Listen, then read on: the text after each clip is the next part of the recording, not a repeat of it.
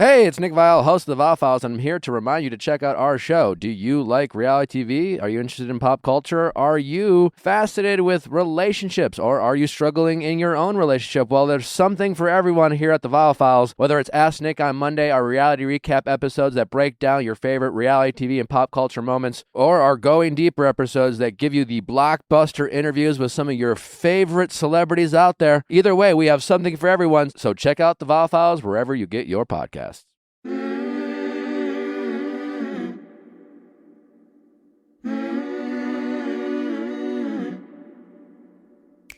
Hi everyone, I'm Sarah Edmondson and I'm here with... Hi, I'm Anthony Ames, Sarah's husband, aka Nippy. And we're here to talk about things that are a little bit culty. Speaking of, we were in a cult and we woke up, thank goodness, and we have a lot to say. And a lot to ask. This podcast is going to be a deep dive into everything from the red flags to the narcissism, the manipulation, the resiliency, the recovery process, and everything in between. Also, we want to share some of the good we got out of it so you can get all the nuggets without having to join a cult. If you haven't already, because there are a lot of things out there that are just a little bit culty. Welcome to A Little Bit Culty, a podcast about the fads, beliefs, and trends that blur the line between healthy and a little bit culty. Please subscribe so you don't miss an episode. And find us on Instagram if you have any suggestions for things you have found to be a little bit culty. Under the surface, the water fills my lungs. This ground I worship has swallowed up its young. And you give for a promise Hi, everybody. Hey, everyone. It's Sarah here with my husband, Nippy. Thanks for subscribing and for tuning in today to the very first official episode of A Little Bit Culty. Also, since you aren't here, you can't see, Nippy is looking so dapper. He's also wearing a Guns N' Roses t-shirt because today is... Axl Rose's birthday. Because the thing is like, y'all got a good sense of who Nippy is from The Vow. And if you watch The Vow. And you know, what a great husband he is, but you don't really know the nuances of his personality, which are very... You don't really need to, maybe. No, but I want people to know. I want people to know that, like, he can rock a Guns N' Roses t-shirt on the weekend. And a lot of people wanted to know, before we get into, like, all the juicy stuff, why is Nippy called Nippy? And I'm going to let you tell that story, babe, because I feel like that's you. It's somewhat underwhelming, but I'll give it a go, because I've had to do this before, believe it or not. Full name, Anthony Nippert, Nippert, Ames. Nippert is my mom's maiden name. Her name is Isitra Nippert. And my dad is Anthony Ames. So they went Anthony Nippert Ames and thought it would be a good idea to call me Nippy, which was it's good till about second or third grade. And it turns pretty hard on you at a certain point. Yeah. But I was also kind of buffered because my brother's names. Which are Huey, Dewey, Louie, and I have a little sister named Daisy. So it was like Huey, Nippy, Louie, and Dewey. So I was kind of lumped in with a whole other names, and I kind of like got a little bit of hall pass because my brother's names were the Ducks, and Nippy never really got. I mean, the obvious jokes that went with Nippy, nipple, like I get it, but nothing really. I try to call him Anthony. I really do. Nobody's really made fun of my name successfully since the 80s. Really. It's never, I'm just like, I get it. But you get used to it. Yeah. It's like the smell in a Bikram's yoga class. I don't know if my name's akin to that per se. Speaking of Bikram, we're going to talk about that in one of our episodes. Great segue. We are going to also give you a little lowdown about what we're planning on doing with this podcast, what we're going to cover. And some guidelines. I think it's important to have some guidelines. And while we're at it, can I go ahead and read those to you? Yeah. I do think this is important. When we talk about what we're going to talk about, we're going to wax serious. We're probably going to have two gears here. Goofy and then pretty serious. So it's pretty heavy stuff. I think it's fun to come at it from an angle of a little more humor. Which is necessary for our healing, don't you think? Yes. A lot of laughter. Yes. Yeah. Laughter is. But that's where we are in our healing. And for some people with this topic, it's not always funny, especially at first. A lot of people have been hurt by one particular person, Keith Raniere. And a lot of people at very different stages and different cases. And we want to be sensitive to everyone that has shrapnel in them from this situation. So my first rule is no shit talk. Yeah, we're not here to put anybody Don't shit talk down. anyone. I mean, it's just, they don't need it. They don't need to be banged on any more than they probably are doing to themselves. So, and the other is, or one of the other ones, is we want to be a voice to, I think, what 99% of the people signed up for and don't have an outlet to express that. Now, I'm not saying we're the voice for all of them, but I think most of the people, and I'd say it's up to 99% of them, got in for good reasons and haven't had their story told responsibly, and that is the other one. I think I want to be as responsible as we can with our platform. Anyway, here we are in these unprecedented times, and I thought it would just be fun to warm up because we've never done this before, and this is so cool that we have. You've done this more than me. Well, no, we've never done this before together. Oh no! This is like our first time. This is definitely our first time on a podcast. You can probably figure that out. Anything else you want to update with before the questions? I guess what and why we're doing the podcast for, who we're going to be interviewing. We have a good list of that. And experts, survivors, whistleblowers. And the kind of episodes you can expect. So there's going to be episodes with experts. We're still coining a term for the people that escaped. We don't like calling them victims per se. Survivors. I like calling them winners. Sarah's not really down with that. Yeah, it's a little bit cheesy to me, but I don't know. They're winners. They're winners. They got out. So there's going to be those types of guests. And then there's going to be another kind of podcast episode where we're going to go into the modules of the curriculum and really take apart what was interesting, what appealed to people about the modules, and how those things can be used to manipulate you. And what was good about it? Like what we want to share what was good about each module, and also how, what was bad about it, which is what Nippy said. That's the manipulative part. So imagine those will have more questions after we do them. Anyway, that's going to be one avenue. And then that's the structure. I want to also say really quickly how this sort of came to be, which was that we were contacted by Citizens of Sound, who makes podcasts, and the wife of the duo team there basically said, we saw the vow and we think you should do a podcast. And there was more to it than that, but our first response was like, oh my God, there's so many podcasts out there, and we've told our story.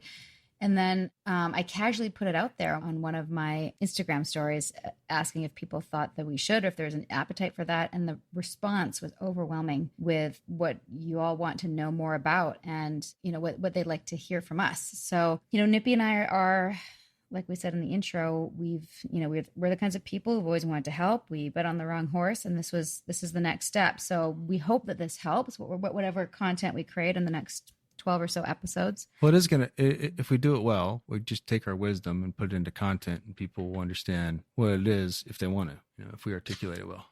I hope so. So that's our aim. If we articulate, how these things happen, and you can put it into some sort of relatable context in your own life, then I think we've done a good job. Yeah, exactly. And we just to circle back, we chose. You just circled back on me. To circle back, we chose Citizens of Sound because they related to our experience, because they escaped a fundamentalist church group, and so they understand. And I think most of the people that watch The Vow get it because they understood what we went through, and then every now and then there's just people who don't get it, and I want to work with people who get it. So here we are. Well, also, we were just talking earlier today how we experienced some dark unwittingly, and it's big time dark, actually. Yeah. Some very dark stuff. And then when we came out, we immediately started experiencing some light.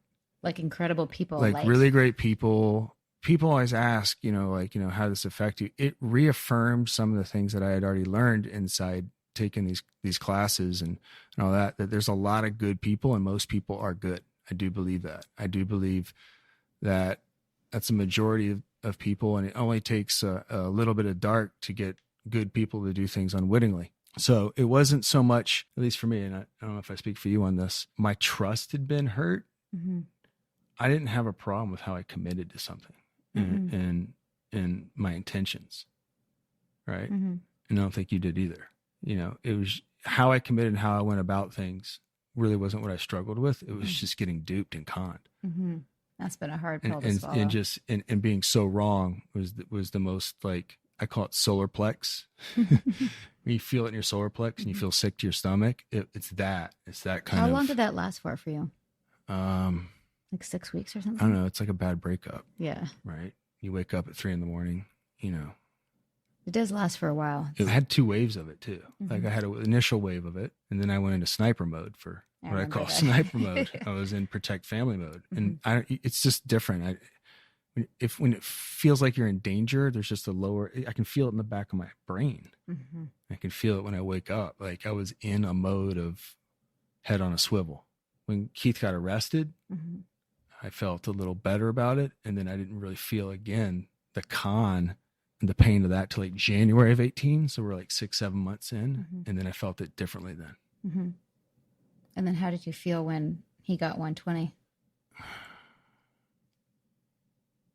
I kind of felt like he was going to go away. I mean, look, that doesn't feel good on any like human level. Just the fact that goes on doesn't feel good. But I felt it was justice. Do you feel vindicated? No, I mean, I didn't need that to vindicate me. We already knew. Yeah, I didn't need that to vindicate me. And where are you now? These your questions? You just sneak them on Just me? You just roll circle with back it. and Just throw roll some with questions? my questions. All right. Where are you now? Where am I now? Yeah, the vow finished a couple months ago.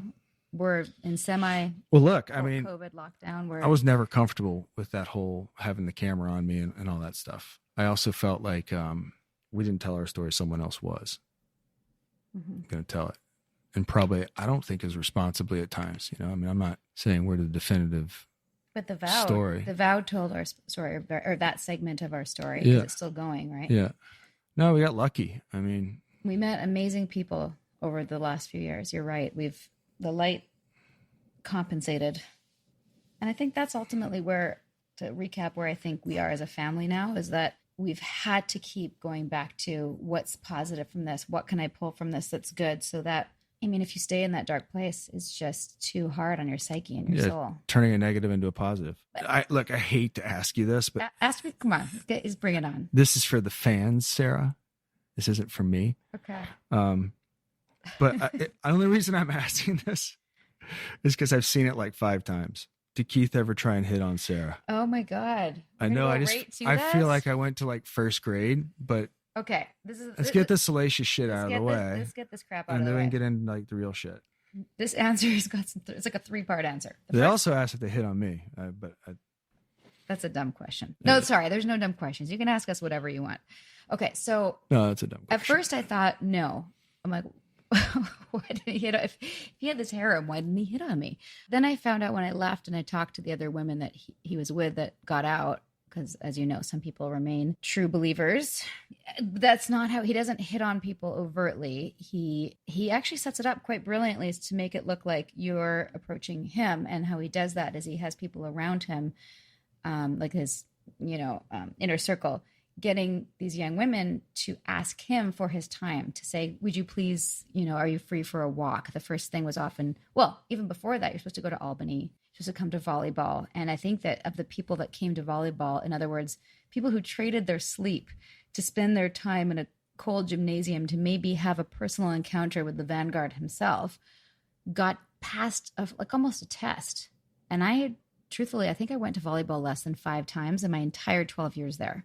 Maybe more at the beginning because I was more of a keener, but eventually I was like, I need to sleep. I'm paying $7,000 for this training. Yeah, don't mess with your sleep. I don't. Yeah, Nippy knows. I'm a high maintenance sleeper. I've got earplugs. I've got a head mask thing. Dude, you sleep sometimes a mouth guard. You sleep like a mummy. And with 6 pillows. I surround myself in pillows and anyway. So it's a cloud, really. I'm well, in NXIVM they would have said I'm attached to my comfort. Oh, and that's what they would say. What does it mean, Sarah, if you're choosing your comfort over spending time with Keith? And I'm like, well, it means I like my sleep. Anyway, doesn't matter. So I didn't go to volleyball, but I was encouraged to ask him for time going for walks. And I believe I went for 2 walks with him, again, over my 12 years. There's women there who went for walks with him almost every day. So anyway, I never had that time with him, but now looking back, I feel like I just didn't jump through the hoops that would have brought me closer to him, which is when he apparently made his move. He would bring you to Albany, or you'd go to Albany, you'd have a walk with him. He'd start a new company. He'd invite you to build that company. He'd start mentoring you. And then at some point he would offer to coach you through, and this is according to the other women, like through their issues by means of a personal relationship with him. But it would have to be private. Like you weren't to share that or speak of it to anyone. Like the women didn't tell the other women about it. So. Also, you were busy recruiting. Yeah. I think at a certain point you left me alone. I mean, also like when we would go home, we'd work. Like, yeah. And then when we had a kid, it was like... When we had a kid, I was more off the radar. But in retrospect, no. So like, yes and no. No, he didn't hit on me. Was he trying to? I believe so, yes. And then that was confirmed when the trial was going on last year. And Lauren shared that Keith was excited that she had locked me down to a lifetime commitment and told her, remember this? Should I say this in the podcast? I mean, whatever. You're going to hold back now? Right. Yeah. So yeah, Lauren said in the trial, Keith was excited that she had secured me and my commitment and said to her, do you know that if you tell her that she has to have sex with another man, she has to comply? And Lauren said, yes. Now, of course, I didn't know anything about that until the trial, and that sort of brought things full circle for me. But trial was as horrifying for us as it was for people finding out. But I think he was trying to break us up. I mean, that makes sense. No, putting his initials on my body. Get a level of this guy's psychopathy. Is that the word? Mm-hmm. Yeah. The way our organization described what a quote integration was, or what an EM did, is basically just to build more self-awareness. But the way they described it was inductive and deductive experience. And the difference between inductive and deductive is more experiential. Like if I'm going to teach you tennis, do I give you the manual or do I give you lessons? Inductive would be getting the lessons. Deductive would be getting a manual on how to play tennis. So what they claimed that an integration did is you would have a piece of information be presented to you. And normally it was after someone asked you a question that would integrate your belief system with your past, and you would then have an understanding of why you did certain behaviors. So the way an integration worked in the movie The Sixth Sense, and this is a spoiler alert, but there's a part at the end of the movie we recognize Bruce Willis had been dead. Oh, wait, hold on. Can I jump on this? Go. Circle back. Sorry, I'm tangenting. So in the movie, and they would even explain this during intro presentations, do you remember how you feel in the start of the movie? You're like, what's going on here? I don't understand. And the very end, you get one piece of information. What's the one thing you didn't know the whole time that you find out at the end? Bruce Willis has been dead the whole time. Right. And then we would ask, now, how does it feel to find out that Bruce Willis is dead? Almost, I'd say 7 to 8 times out of 10, the person would say, you go back and you recapitulate everything. Recapitulate everything with new eyes. And every scene looks different. Every scene looks different. Oh, that's why she's not looking at him. She can't see him. Right. He's a ghost. So the idea is you're going to get a piece of information that's going to help you recognize that there was a blind spot in your decision making, your whole life, and that is called an integration, and that goes through an experiential thing. So I think the con, and this isn't giving him credit so much for being a genius or smart, because a lot of people have a lot of pride going like he's smart because I would never fall for that, and that's a whole nother, that'll be in a podcast, that kind of psychology. That is human, we all have. But one of the things that I think's interesting about it, and he gave us that example because I think when we left the organization, you had that piece of information that Keith was a con man the whole time. That's kind of a sixth sense moment. Because you go back. And I think that's what he was consciously setting up for people to have. I conned you. You're going to see it and you're going to recapitulate it, and there's nothing you can do about it. You're going to go back and replay every scene. You're going to see what a psychopath I am, but no one else is going to see it until it's too late.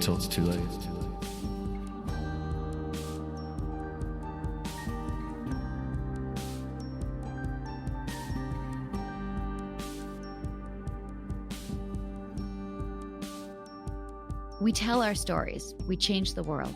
A Little Bit Culty is proud to support the #IGotOut project, which empowers survivors of cultic abuse to share their stories online as a catalyst for education, prevention, and healing. Learn more about the #IGotOut movement and find resources at igotout.org.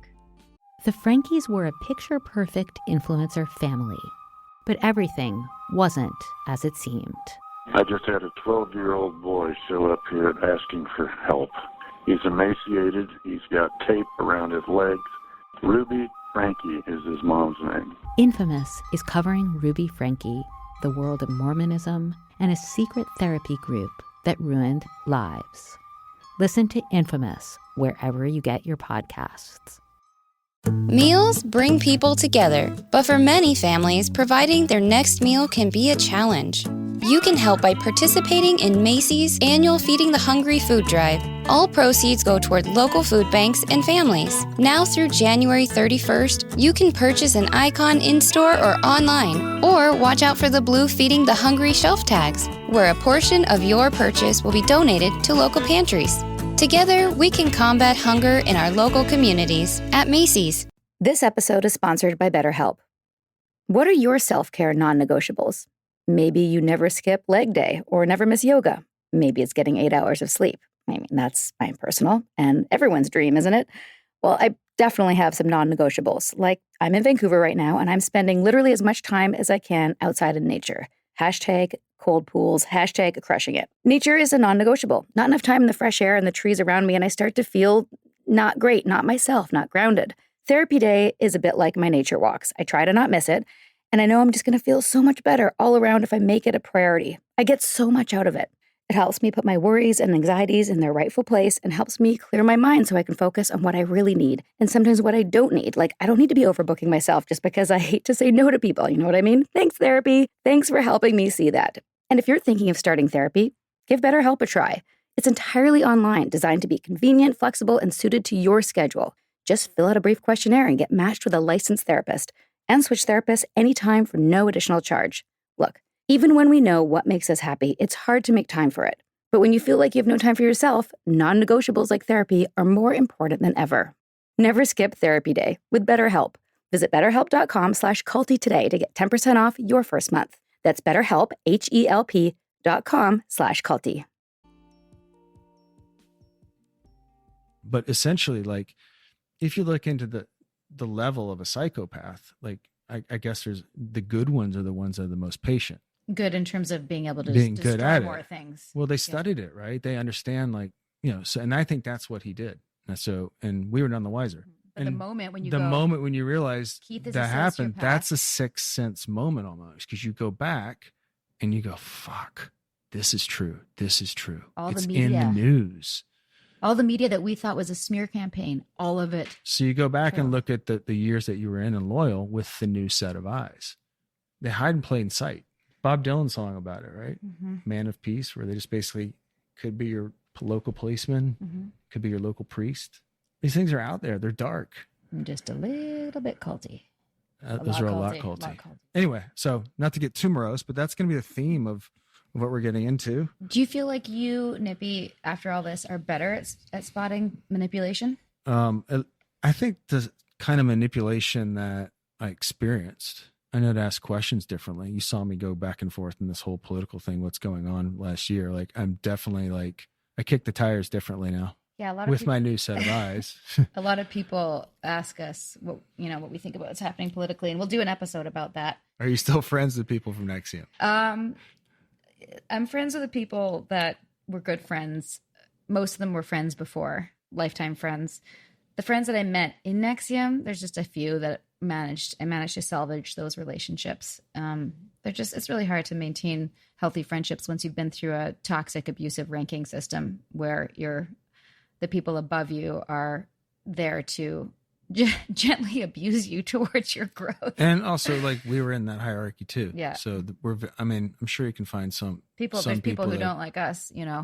And we're villain in someone's stories, and maybe rightfully so. We're some of them. Like, yeah. I mean, we weren't overtly. But we've tried pretty hard to try to find those people and fix things. Yeah, that's what this is about. Would you talk to Lauren and Nancy Salzman? And for those of you who don't know that's Lauren and Nancy Salzman from The Vow. Not from The Vow, from NXIVM, and they're mentioned in The Vow. Lauren was the daughter of the president, Nancy Salzman, and we worked with them. I know a lot of people ask you about them. How do you feel about that? I think it's changed drastically over the past 3 years. I went from being incredibly angry and felt so hurt and betrayed by both. And since, time passed and doing a lot of introspection and healing and all the work post cult, I feel like they both need to be held accountable, but in my emotionality, I forgive them. I don't feel angry towards them anymore. I hope they can get some semblance of a life back, because I don't think anyone signed up for this.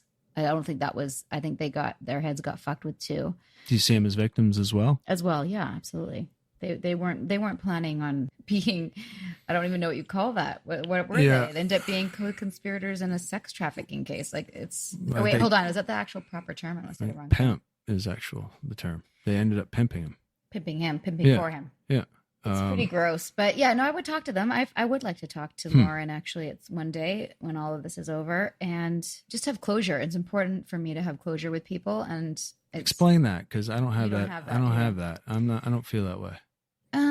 Well, it's like if we have an argument or something and you're going to leave to drop Tori off at school, I don't feel comfortable with you leaving until we're good. Even if it's like, I'm your husband. I didn't enroll you into a sex cult. I know. There's a big difference I there. know, but there's a feeling I have of, I don't like to leave something where there's unresolved anything. I like things to be at least acknowledged. It doesn't have to mean we're best friends, but for me, closure would be, an apology. I want to hear things from her side. I want to know what went behind the scenes as we did our thing and as we exited. I guess. I mean, I'd watch it if it was on video. I don't. You don't want to talk to her. I don't. It's not right I kind now. of just want to face to face. Like, honestly, it's weird. I kind of want to hug her. Do I have Stockholm syndrome? Maybe. I don't know. I mean, look. I mean, I can frame it for you like this, and you can take it for what it's worth.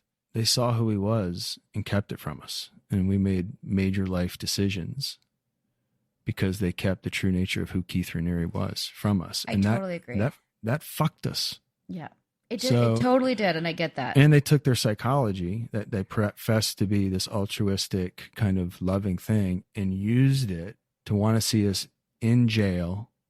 And if they had it their way, we would have been in jail, and they would have had no fucking problem doing that. They protected him. I still think because their heads had been fucked with it, they were protecting him for good reason. They were doing the ethical thing to protect him because people wouldn't understand about his lifestyle. That's what they were led to believe, right? So it's not that I think that's wrong. I think that's totally wrong. Yeah, but yeah. they're all they didn't sign up going, hey, we'd like to be part of this personal development group, and you're going to lie about the leader so that he can funnel in young women for his sexual deviant practices. Like, they weren't like, oh yeah, that sounds great. None of us signed up for it. It Yeah, I happened in guess. stages. Yeah, I get it. I know. I mean, I'm mad at them for being more susceptible than something I was Yeah. susceptible to. I guess I can get around that. I mean, One day you'll be as compassionate as me, babe. yeah, I hope so. Oh, No, but my point, to me, in my psychology, I'm still like, I can't give that any more of my life force. And maybe that'll change, I mean, it doesn't mean I don't look at them and go and feel badly for their situation. I guess what I'm saying about me for my life force is that it actually takes less life force because I have this level of forgiveness, and it's just not. I'm just so much more evolved. You know what? Touche. Right? Do you know what I mean? Though, like, just let it. It's part of. For me, it's been part of my healing. But Yeah. I get where you're at, and you'll catch up. And that's just this is what Fuck, Nippy does to me all I love the that. time. Your voodoo just, Got him back. that was some good kung fu right there. Oh, it's okay. Thank you. This is actually a question that came in today, which I think is great. Somebody asked, what was the culture of sex and the whole poly thing that came out about Keith's lifestyle? Oh. And were the men winking and looking the other way because they wanted a piece of that pie too? And It's from a friend of ours. yeah, and so he wanted to know that, and I was thinking, you know what? It's changed a lot over the 12 years, but at the beginning, it was like a really boring environment It's sexually. vanilla. It was super It was vanilla. vanilla. Like, it seemed like people weren't having sex because We didn't know how unvanilla it was. yeah, but it's I thought it was like, wow, there's nobody's in couples here, and everyone's like monkish and I have a great celibate. story to put in context. Yeah. Okay. The story I have that can address that, just to give you an idea, when the center was in Union Square, so this must have been 2010, 2011, there was basically 3 to 4 of us that ran the New York City Center. And it was mostly another friend of mine and I who taught the classes. And there was a woman in the class that he came to me one day and he said, I don't think it's okay that I'm teaching her classes and running her goals program, her goals aspect, because I'm attracted to her. I'm interested in her. So could you teach her classes? And so that's the level of awareness of. And this is somebody he got married. He ended up to. marrying her. He ended up asking her out, going through a whole process of it was very professional. And the reason, and we had a conversation about it. He's like, I don't think, when people come here to work on themselves, they should have an instructor hitting on them. So that was something that was self-governed, away from Albany. Meanwhile, back in Albany, And then we found out later in the trial they were having threesomes over lunch hour. So just to put in context, that was really the atmosphere we thought we were cultivating, right? No pun intended. No pun intended. No, it was but supposed to be very mindful. We were taught like there's certain things that people do in trainings to cover up their issues. They eat, they smoke, they flirt. So we were to be very careful about that. And well, my point is just to give you an example of how like people in Keith's orbit were thinking in a way of like what's appropriate. They're being mindful, and he was the least mindful and least appropriate of everyone in the entire lot. Mm-hmm. That's pretty fucking crazy to me. Yeah, somebody had said that it looked like we were having so much fun in one of the videos, but like it was kind of boring in that way. Look here. This is the whole thing, right? Like the closer to Keith it was, the more fucked up it was. And if you were someone who lived in Mexico City, LA, Vancouver, and even New York City, there's a center there where you go and you bring your goals weekly, and it was benign, even boring. So no, there was not a culture of sex and polyamory and swinging or anything. But that's what makes the headlines. That's what makes the news. I understand that. But no, for 99% of the people, it's that's not what it was. Mm-hmm. So yeah, somebody asked what our relationship now is with personal development, and I know. For me, I find it very difficult to, just the whole. I think the assumption there is, would you do it? And well, what do I think about it? Like in general, I feel like that there is just a lot of people who aren't trained properly in the field and collecting money and maybe have bad intentions. It's just the whole thing's kind of gross to me, to be honest. But I'm, maybe down the road I'll be able to get more into it, and that's something we will talk about a lot in this podcast. Is when you're doing a workshop like that, like when does it feel like is it a group? Are you discussing personal things? Oh my God, it's just like in the movie the docuseries The Vow. It must be a cult. It might not be. There's lots of great workshops out there, but how do you determine between that feels a little culty to me to like, ooh, this is a cult, run. Well, you can measure. I mean, that's hopefully what we're gonna map out, right? Like there are quantifiable things and things that we can all agree upon when something's about to go south, or it has bad intent behind it. I think to answer the previous question, I can spot that. Yeah, and we're going to go through a whole list. We are going to talk about very specific red flags in all contexts, not just personal development seminars, but anything that may be culty. What are the things to look out for? Of course, we probably have time for like one or two more questions. So here's just the gestalt of them. How did your personal relationship with each other change? Did it change after ESP? Did you have to get to know each other all over again? Let's answer those. I mean, I think the overall, like the 3 or 4 of these questions, I can answer kind of all at once. And I've said this before.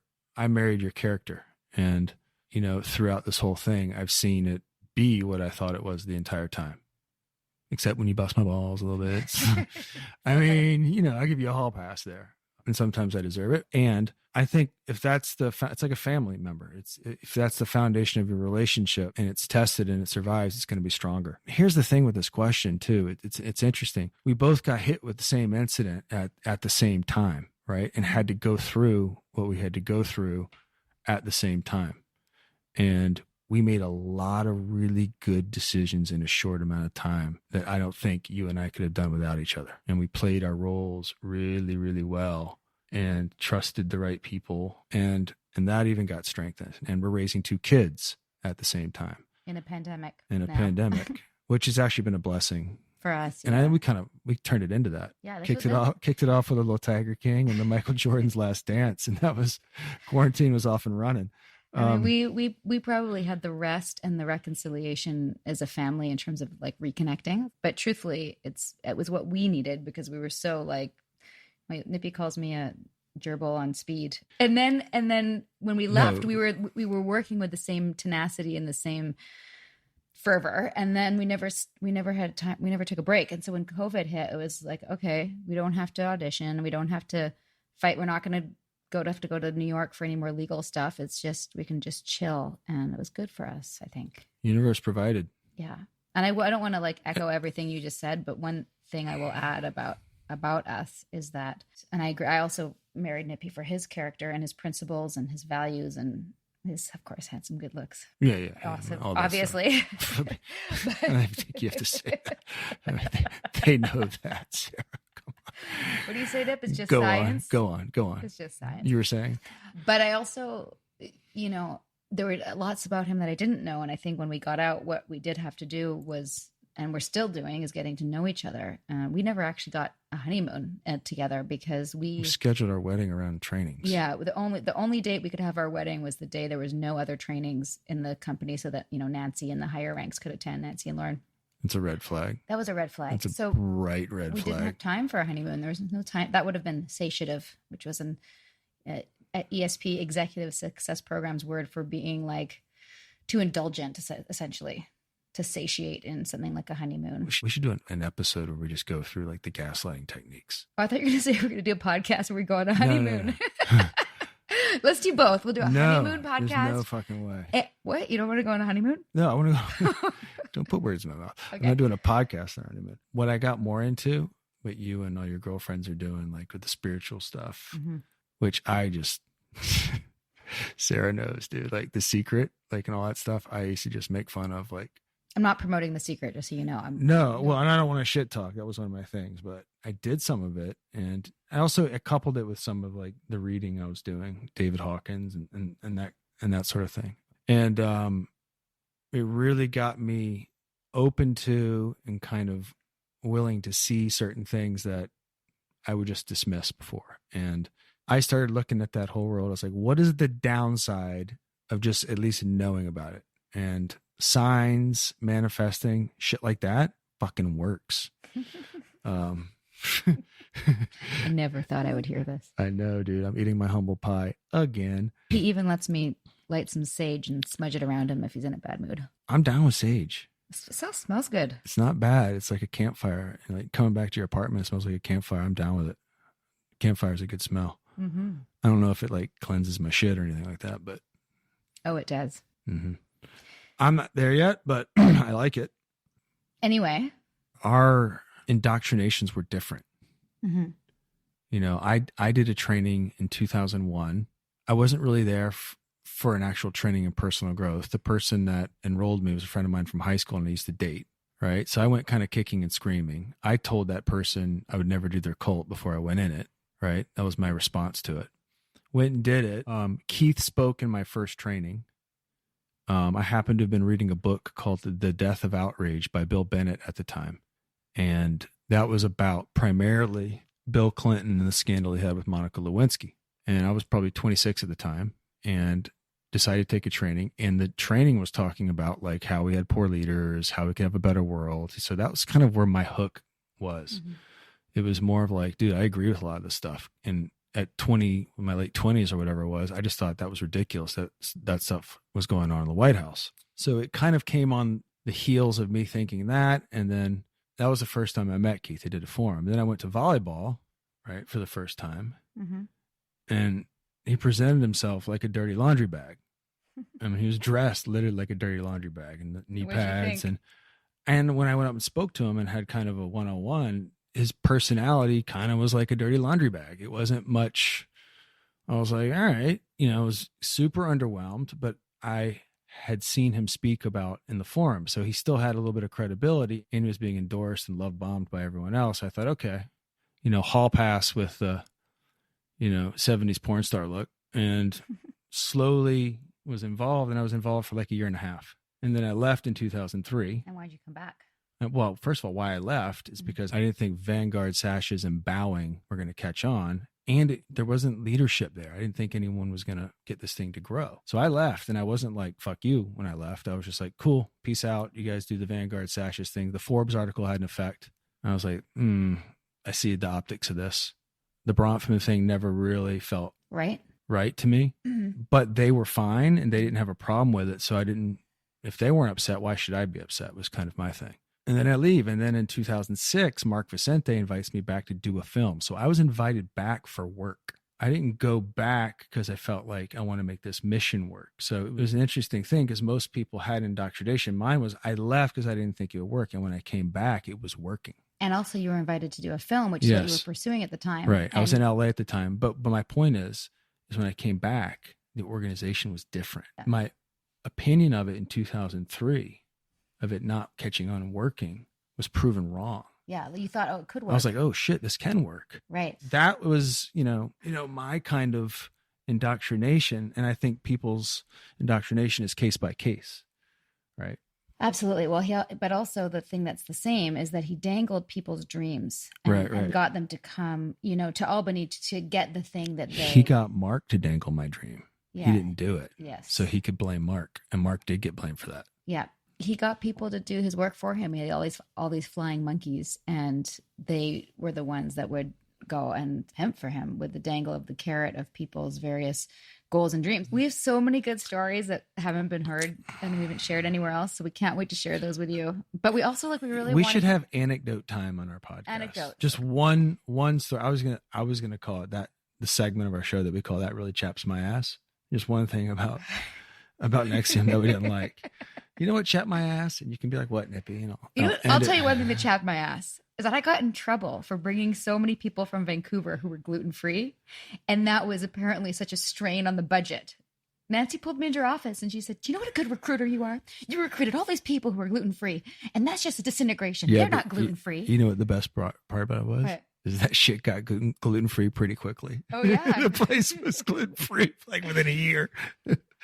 That did chap my ass. Yeah. I got in trouble for stupid shit. Anyway, We're so excited. We've got experts, we've got survivors, we've got whistleblowers, we've got thought leaders all lined up to tell you good stuff, good stories, and to educate. So we're going to educate. We'll have anecdotes. We're going to teach you some of the nuggets that we got. So like we said, you don't have to join a cult. And we're open to suggestions. So interact with us on Instagram and make sure to subscribe because that really helps. Apparently, we're learning. That's what we've been told. We got to ask. So please do that for us. And what else? Yeah, should we tease them a little bit with some of the guests that we have? Can we announce some of them? No, it's going to be a surprise. Oh, my God. Think of like... Oh, my God. We better get good at this quickly. We got to get good. Because we got some good guests coming. We need to get good at this. Till then. Yeah, until then, you're listening to Sarah and Nippy with... A little bit culty. Yeah. Just a little bit. Just a little bit. Just a little bit. Sinking down to the depths of the ocean. I'm hanging on to the weight of my love. If I let go of it all, I could leave, but I know I won't. Let's keep the conversation going. We'll be back soon with more episodes of A Little Bit Culty with more experts and survivors. And sometimes experts who are survivors, as well as some familiar faces from The Vow from HBO.